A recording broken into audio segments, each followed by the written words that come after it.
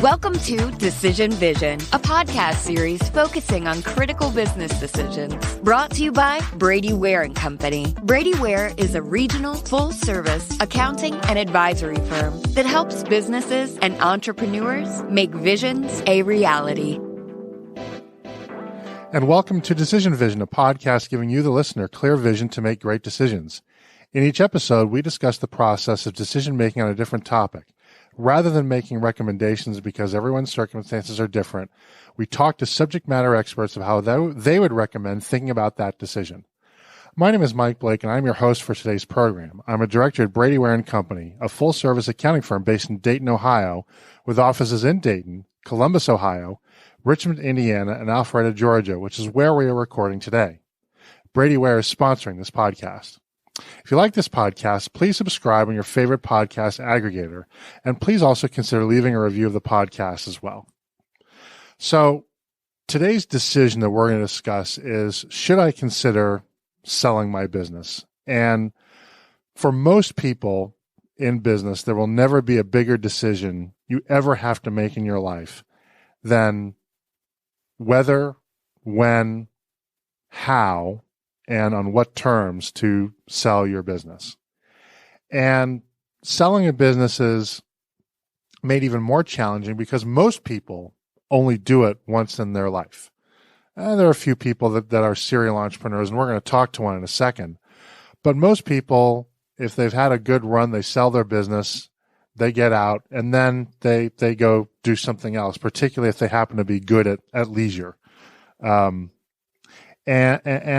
the thing about selling a business, and I'll be the first to admit this, even though I advise people on selling businesses and I charge exorbitant fees for helping people do so, is that it actually, when you get right down to it, it's not rocket science, but a lot of it isn't necessarily intuitive. And the process of even wrestling with the decision on whether to sell a business is often such an emotionally entwined decision that has far-reaching implications even outside of the business itself, that it can be very challenging to have a clear head when you're approaching that decision. And, generally speaking, in selling a business, there is no do-over, right? Once you sort of sign those documents and money comes out of escrow, and if you have that kind of business, the keys are turned over. If it's a virtual business, then all the passwords are handed over. That's sort of it. So if you have sellers or more, so your only real recourse is to start a new business and do better the next time. So it's an important decision to get right, and it's one that like I said, you don't really get a mulligan on this. And in trying to figure who would be the best person to talk about this, I'm fortunate that a friend of mine actually is one of those few that has actually sold multiple businesses. So he's been through a few of these rodeos, and he hasn't sold them for other people. They're actually his businesses. And so without further ado, I'm going to introduce my pal, Ed Rieker, who has come all the way from Avondale Estates, which, if you look at a map of Atlanta, should be about a 10-minute drive. But the way our highways are set up, it basically is about an hour and a half. So I really appreciate him coming into the studio today, because he's also got a 90-minute drive back. But Ed has actually started and sold 4 businesses, at least 4 of which I'm aware. He'll correct me once he comes on. But he's currently CEO of the Avondale Innovation District in Avondale Estates, Georgia. He is also the owner-principal of Tudor Square, a community-oriented quality dining, shopping, and entertainment venue supporting small independent business owners in downtown Avondale Estates, Georgia. He is the general manager of the 151 Locust Fund 1 LLC, which is a fund established for the purpose of providing seed funding to Metro Atlanta technology startups.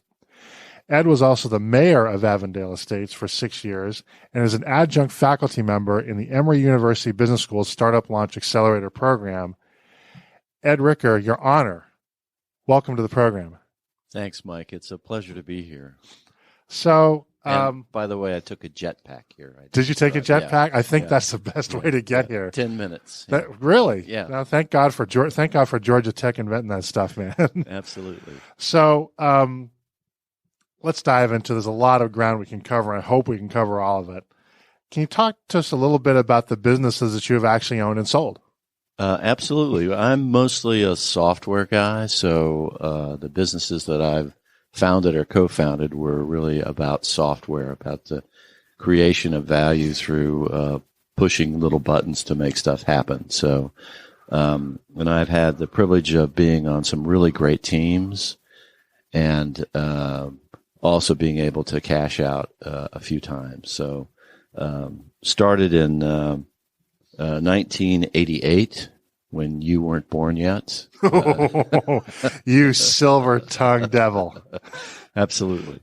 And so what we did was we built a software system that actually worked with hospital systems and large systems to kind of get people in the hospital as quickly as possible. And it was what it turned out to be really was a marketing thing. And so we built that up, sold that to a group of investors in 1991. And then I was a minority shareholder in that. I had an angel investor that had put money into that. Then the next one we also was in healthcare. I think once you get to be in a domain, you get to know people, they get to know you, you start to kind of build a reputation. So healthcare has been very, very good to me. And I've done 4 healthcare startups and sold 3 of those, 2 of those to public companies. And then in 2004, I actually bought an online community because I'm very interested in community. And built yes, you are. Yes, I am. That's definitely been your MO. And both online and in the real world. And it's just fascinating to see how people work together and how they don't work together, and what they need, and how we might be able to help. But we built that online community up and sold that to a public company in 2011. So that's kind of the story, is the ability to build a solution, a tool that solves a problem, build a team, build it up. And then the first one, I think you mentioned, was really difficult to sell because I was a minority shareholder. It was everything to me at the time. And when it got sold, here's the thing though, when you talked about the escrow, the cash coming in, and you think about buying the yacht, but you missed a step, and that's the part where you have to stick around for a little bit and deal with the new owners. So that was the first time I had done that, and it what happened is they kind of put me in a room and ignored me for a while, and then I watched them kind of do what they wanted to do. So you can't make decisions anymore because you've sold it. You're exactly right. But normally, once you sell it, especially like a software business, any other business, you're going to be there for a while to watch that transition. So that can be a difficult thing. And over the years, I've been able to kind of look at the idea of building with the end in mind, which is to sell it. So now, what was that transition like? I mean, I know you personally. I don't see you as a very good employee. And I mean that with all the love I can possibly muster. Yes, absolutely. But I consider myself, and my firm will tell you, I'm a terrible employee. Yeah, I'm a terrible employee. I will admit that. And I think the first time I sold, I was also a terrible seller because I was so emotionally involved and so focused on what I thought was right for the business. But I didn't have any say anymore. I didn't have any vote anymore. So it becomes very difficult to hang around and see people do things that you probably don't agree with.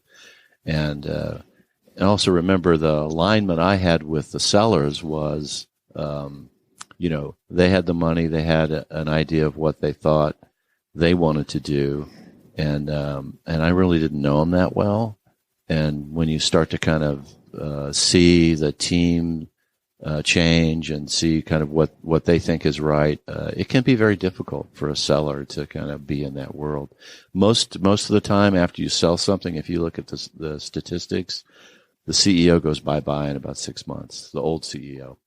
I was going to ask you about that because most sales I've seen, if the CEO is asked to remain at all, it's a 2 to 3 year period. Right. But I don't think most CEOs actually wind up serving out that term. Yeah, they're usually gone in 6 months. And that's the thing you have to learn about in the terms of selling. There's things like earnouts. So when you get to the part where you agree on what the value is and what the terms are, part of that term can be the offer of, oh, we'll double the sale, what we're buying you for if you'll stay and hit these metrics. And normally that's kind of phantom money. That's really hard to do because you don't have control over how to reach those metrics anymore. Right. So. I mean, the special sauce that you brought is now not being used anymore. It's just sitting in the refrigerator, the label on it saying Ed Special Sauce. Right. You're lucky if it's in the fridge. Right. I can't shake this vision. I mean, having sort of being put in a room and you sort of watch everybody do their thing with the business after you've sold it. And you just sort of have to be at peace with your powerlessness. Yeah, and I wasn't. I absolutely wasn't. I mean, I think I was probably a bad seller at that point because I looked around and, it wasn't going in the direction and as well as I thought it could go. And so, I didn't really stay for the whole 6 months. I kind of bugged out of there because I had other things to do. Yeah. Yeah. Your experience with that sounds like my experience parenting a teenager. Yeah. You watch it, but there's only so much impact you can ultimately have. It's just going to happen. So how long did you own those businesses before selling them? So I'm looking at my notes here, and I think 88 to 91. So what's the math? That's 3 years. So I probably worked on that a little bit longer than that. So probably looks like the average is 3 to 4 years. Okay. Yeah. That's not particularly long. Even in venture capital, that's a fairly quick turnaround. Well, I like small teams and early stage stuff. And so I like building it up to a certain point. And one of the things I think that if you're a business owner of any kind of type, what you want to see is that every 6 months or so, the phone rings and somebody says, hey, I'm thinking about doing business with you or a transaction with you. And it evolves in this sort of, hey, we're thinking about buying you. If you're not getting that call every 6 months or that activity every 6 months, then I feel like there's something wrong with your business. Huh.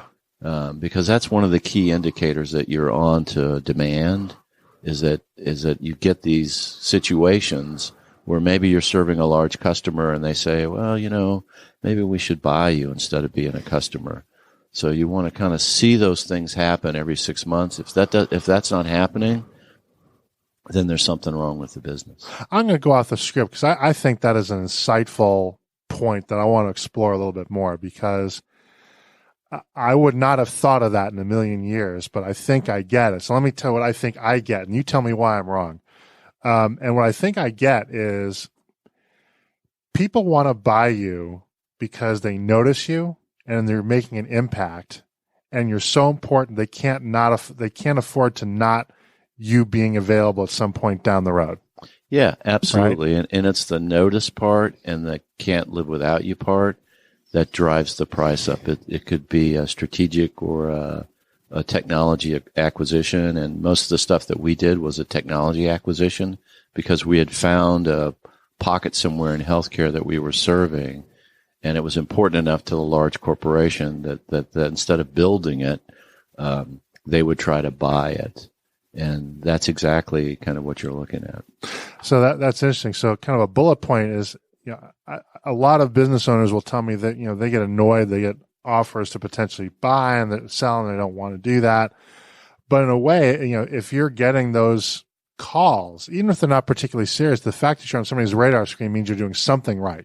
Yeah, that's in terms of the market. And every once in a while, you actually want to follow through with those calls because that's a great way to create a valuation for yourself. Yep. To kind of figure out, and you're in that business, you'd be a great advisor to call. And engage. Thank you, Ed. Product placement. Was that on the script or? It should have been. It should have been. It should have been. My marketing department's right now tearing their hair out saying, why don't you make everybody say that? So you said that you were a bad seller when you sold that first business. Absolutely, yeah. And part of that was because you're a minority shareholder, so you couldn't really drive the bus. You could only sort of grab at the steering wheel every once in a while. By sale 4, in what way were you a better seller?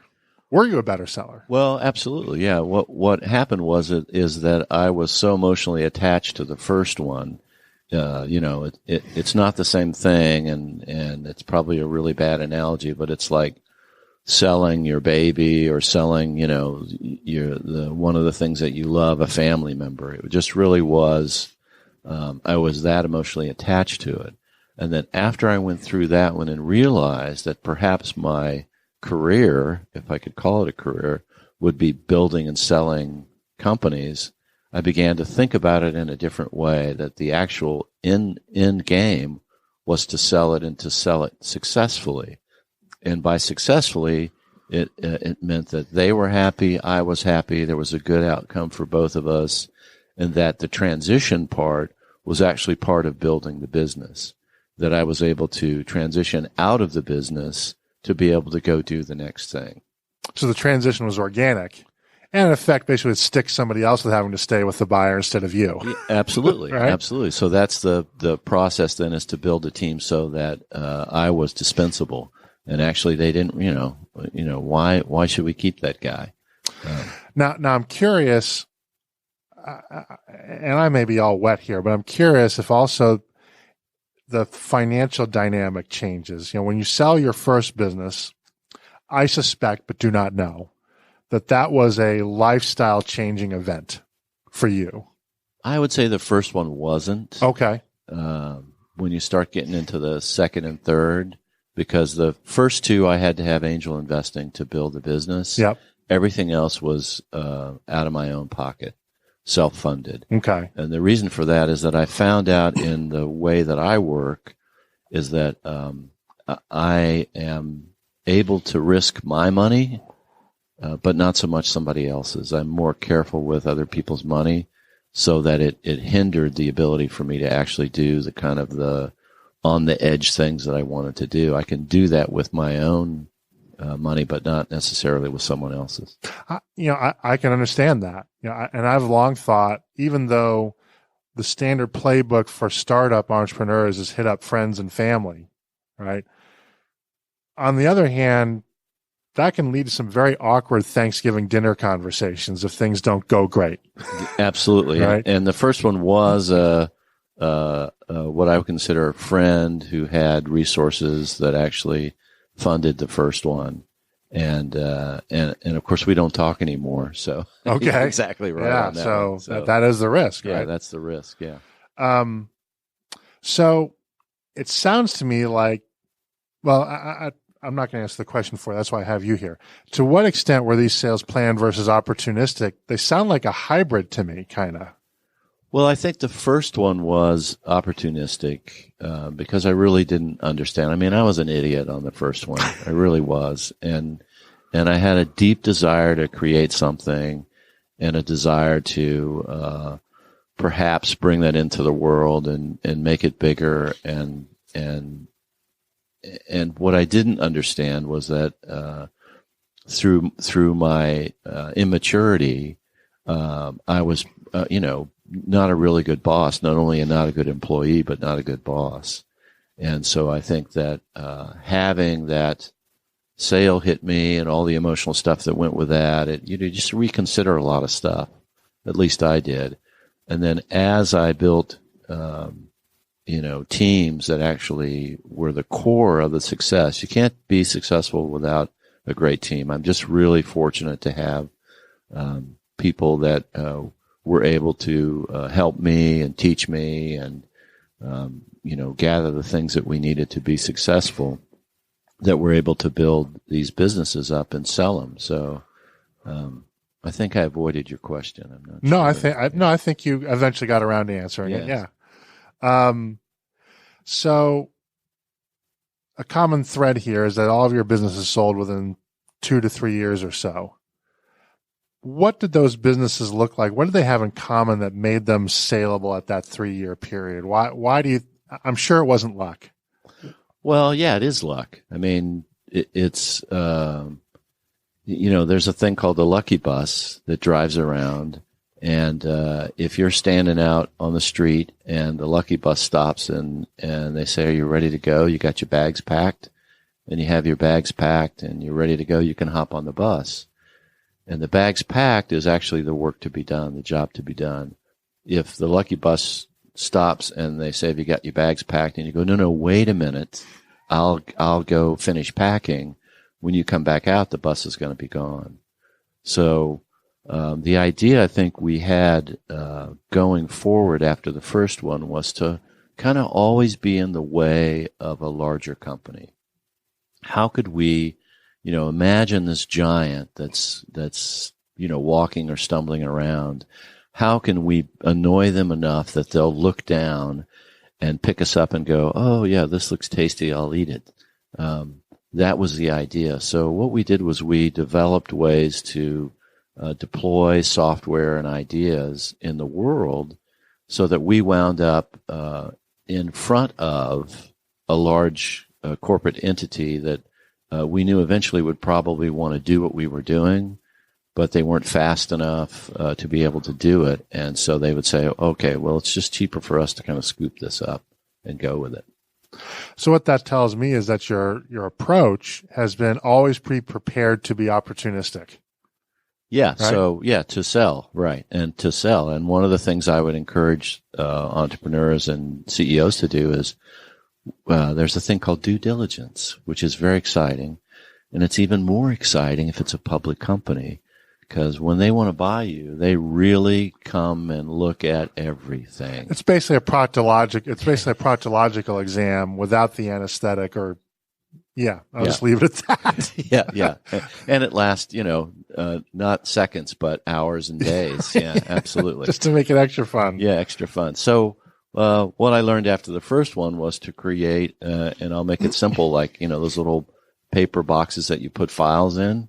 So when you're doing things like you have a contract, or you have an employment agreement, or you have anything that's paper that's important that they're going to look at later on, you just make a second copy, you throw it in that box. And when the due diligence comes around, you can just go point at that box and go, all the stuff you want's in that box.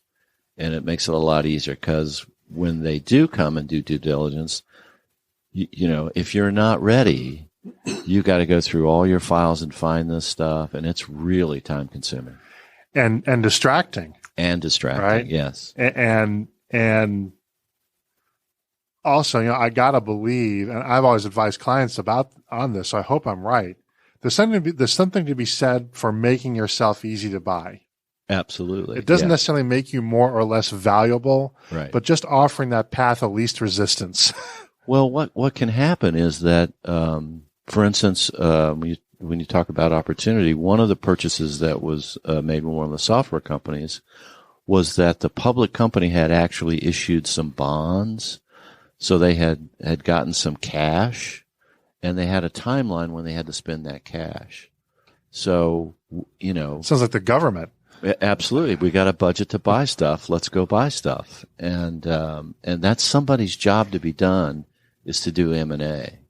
So somebody at a corporate office is absolutely getting bonuses and pay on buying companies. So there's actually people that do that, and they have goals and they have responsibilities.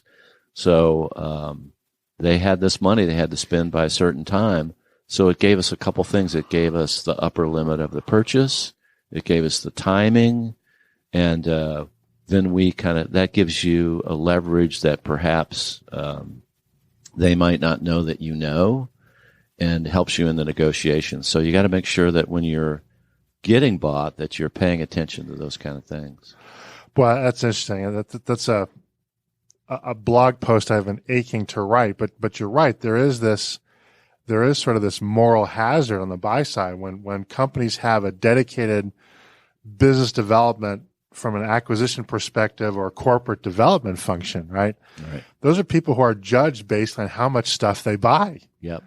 And often, whether or not it's a good acquisition or not, there's so much turnover. Those people aren't around, yep, whether it's a good deal or not, right? And although the prudent thing to do, because we have a pro-deal bias, the prudent thing to do may be to walk away from a deal. Nobody ever gets interviewed on Bloomberg or on the Wall Street Journal for someone who walked away from a deal. That's correct. It's never happened. Yeah. Yeah. Right. Yeah. So if you are being approached by somebody that's got that corporate development function, they need wins.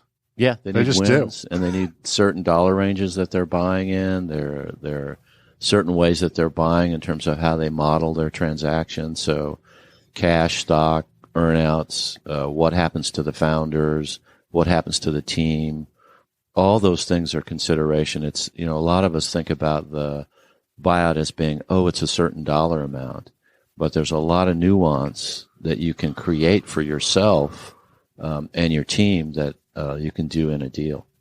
Now, I don't know that you've been in this situation because your model for building and selling a business has been so focused on a venture capital type model, but I'm going to throw it out there anyway. And that is, are there signs out there where an owner needs to think about actively selling a business, as opposed to being opportunistic, that you can think of, or maybe you've experienced where, we're at a point now where it's really time for this business to sell, or it's time for me to get out, or some combination. Is that something you can speak to? Yeah, sure. I think that's an interesting thing that happens. There's cycles that we see. We're in a happy time right now. It's not going to continue to be a happy time, and that's just the way the market works. Yep. So I own some commercial real estate now. Now I'm thinking about it's time to sell because I think we're at a pretty good place in the market. And I think that's also true of a business. There could be things going on with the team. There could be things that about the technology and perhaps where it's going that you may want to try to cash out. So absolutely.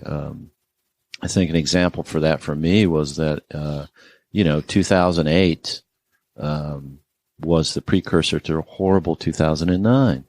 And we had the online community, and there was a company that was rolling communities up, and they had approached us about selling the year before, and we said no because revenues were rising, and we were still building things, and I was of a mindset that this is going to continue and go up next year.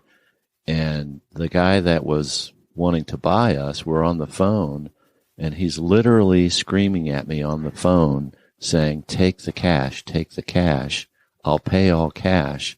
And I'm saying, no, I think we'll be worth more next year. Well, guess what? We weren't worth more. Didn't work out. It didn't work out. It went down, and it took us a couple more years to sell it. So, Okay. Yeah. So when you sold your businesses, were these do-it-yourself jobs, or did you kind of put a team around you to help you?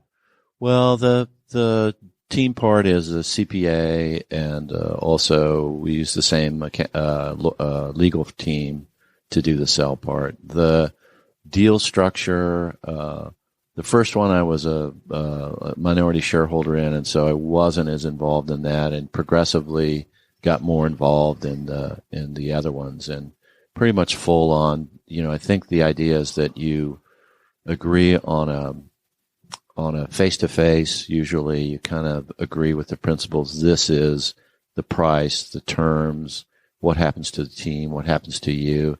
And you kind of wind up with maybe a one-pager, a page and a half. And then it's called a term sheet for those of us in the audience. Term sheet. Thank you. I knew there was a name for that. And then what happens is that 2 pages turns into 30 or 50 pages of mind-numbing legalese and schedules. Oh boy, you're not kidding. Yeah. And so that's it's only one of the most important decisions in your life, so you have to read it.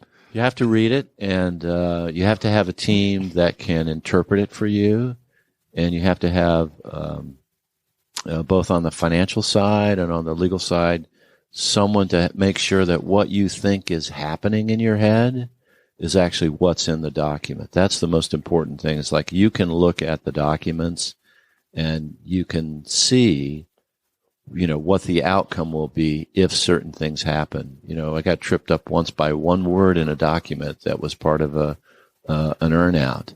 And, it cost a big bucket of money because we interpreted that word differently than what it actually meant. And that was one word in probably a 40-page document. Whew. Ouch. Yeah. So, but unless you make those mistakes and see them, you can't learn from them. So, well, yeah. And exactly why I think you have such a fascinating and valuable perspective, because you've had the opportunity to make those mistakes, live to fight another day. Right. And like I said, most people don't see 4 transactions. They don't see 4 sales. Right. Well, most people see 1. Yeah. I've been lucky. Absolutely. So at any point, as you were considering a sale, were you concerned over what would happen the day after? What would happen to you the day after you wake up, all of a sudden there's no office you have to be in? Well, there was never a no office to be in. There's always a time you have to stay with the business. And after the first one, I was able to say, all right, I know my job to be done in the world is to start them and sell them. So I know when the new people come in, I want to underpromise and overdeliver, but I also want to have a team in place to where the business really doesn't need me. My job was to think about the really big things. And so usually by the time the deal was done, or even before that, I would be envisioning the next thing that I would be building. And that's always been the case, is that I know it's time to sell because I'm thinking about something else. Did you ever find that being involved in a sale was kind of an emotional roller coaster? It's absolutely an emotional roller coaster all the time. And remember this idea of kind of looking at every 6 months someone calls you and they say, hey, maybe we should do a deal. Well, I would do those to see kind of what the value is, to see how prepared I was, to see if our story was right, and to see if it was a real deal. And sometimes there are corporations that want to really go to school on you. So they'll say, hey, we're interested in buying you. And you go, oh, that's exciting. Come on in. I'll tell you everything. Right. And then they go, oh, we've decided to build it ourselves. Thanks. You're totally catfished. Yeah, absolutely. So you have to know at what point when you go, oh, these guys are going to school, and then you just kind of shut it down. So I've had those experiences where I'm like, oh, okay, yeah, no, I'm not going to show you that. Thanks. And how about within? I mean, in my experiences, most deals are called off at least once before they ultimately happen. Yeah, absolutely. Right? Yeah. And how do you kind of stick with that and keep a level head as opposed to just, setting up a YouTube video of yourself taking a baseball bat to a room full of computers and file cabinets? Or maybe you do that, and that's how you sort of keep your head on straight. Right. How do you manage that? That's why glassware is always in danger when they're around me. So please don't bring me glassware. I think the idea is to isolate it from the team and compartmentalize it in your brain, because what can happen, I've seen this with teams, where the CEO gets excited about a sale and they move off the mark of what they're trying to do with growing the business. And these things can take 6 months, a year. It can take that long to find out it's a folly. So if you get pulled off growing the business, then what happens is your business dips. So your next sell gets delayed because you got to build that back up. So the idea is isolate it from the team until you actually have a term sheet that looks real and looks doable, and maybe even the first draft of the purchase agreement. And then make sure that while you're doing that, you're continually serving the business. And that's another great reason to sort of have basically build your due diligence package as you go along. Absolutely. Because then you don't have to bring your team in. Yep. And there's no sort of smoking gun. Right. If you've hired people that are smart, you start asking for documents, all of a sudden they'll realize that's why. Yeah. Right. But if all of a sudden you just have this box and you just say here, right, then that gives you the option. Right. To be a little bit more. If you're walking around, can you sign this employment agreement really quickly? Yeah, it's a little late. Yeah. My lawyer will be back to you with yes. some thoughts on what I'd like in order to sign that agreement. Yes. Right. And sort of the other side to that too is deals die 1,000 deaths, but also, deals are never done until they're done. And I think, I've seen this, you've probably seen it too, is plenty of businesses die while they're up for sale. Yeah. Because the process of selling a business really becomes a full-time job. Right. And it can very easily distract you from actually running your business to the point where maybe a deal just doesn't happen because it doesn't happen. Or I've even seen it where the business has deteriorated so much during the due diligence process that it's just no longer the valuable asset that prompted the initial proposal to buy in the first place. Yeah, absolutely. Right? That's correct. Yeah. And that's why it's important, I guess, to have those advisors and have that due diligence ready to go, because you've got to just accept that it's 2 full-time jobs. Yeah, it's the exact same thing as raising capital, only you're selling the business. It's the same kind of process. And so when you're raising institutional money, you're also doing the same kind of things, and it's the same kind of roller coaster, but it's the end game. And I'll share with you a secret that I tell my buy-side clients. Oh, a secret. Yeah, Great. a secret. Okay. Is that many sellers, if they've never sold a business before, they start to get what I call Costa Rica syndrome. Yeah. Which means that mentally, the second they think that those dollars are coming in, yep, they're already halfway to their condo in Costa Rica. Yeah, absolutely. Right? Yep. And once they're there, the buyer acquires extraordinary leverage. Absolutely. Right? Yeah. And even for let's say they initially talked about a $10 million purchase price. Well, in our due diligence, we really only want to pay 7. Yeah. Right. And if the seller has exposed themselves where the business is going to be hard to recover, but also mentally, yeah, they have to now say they have to get back from their tropical paradise. Yep. Right. And cocktail drinks and so forth and come back. They don't want to do that.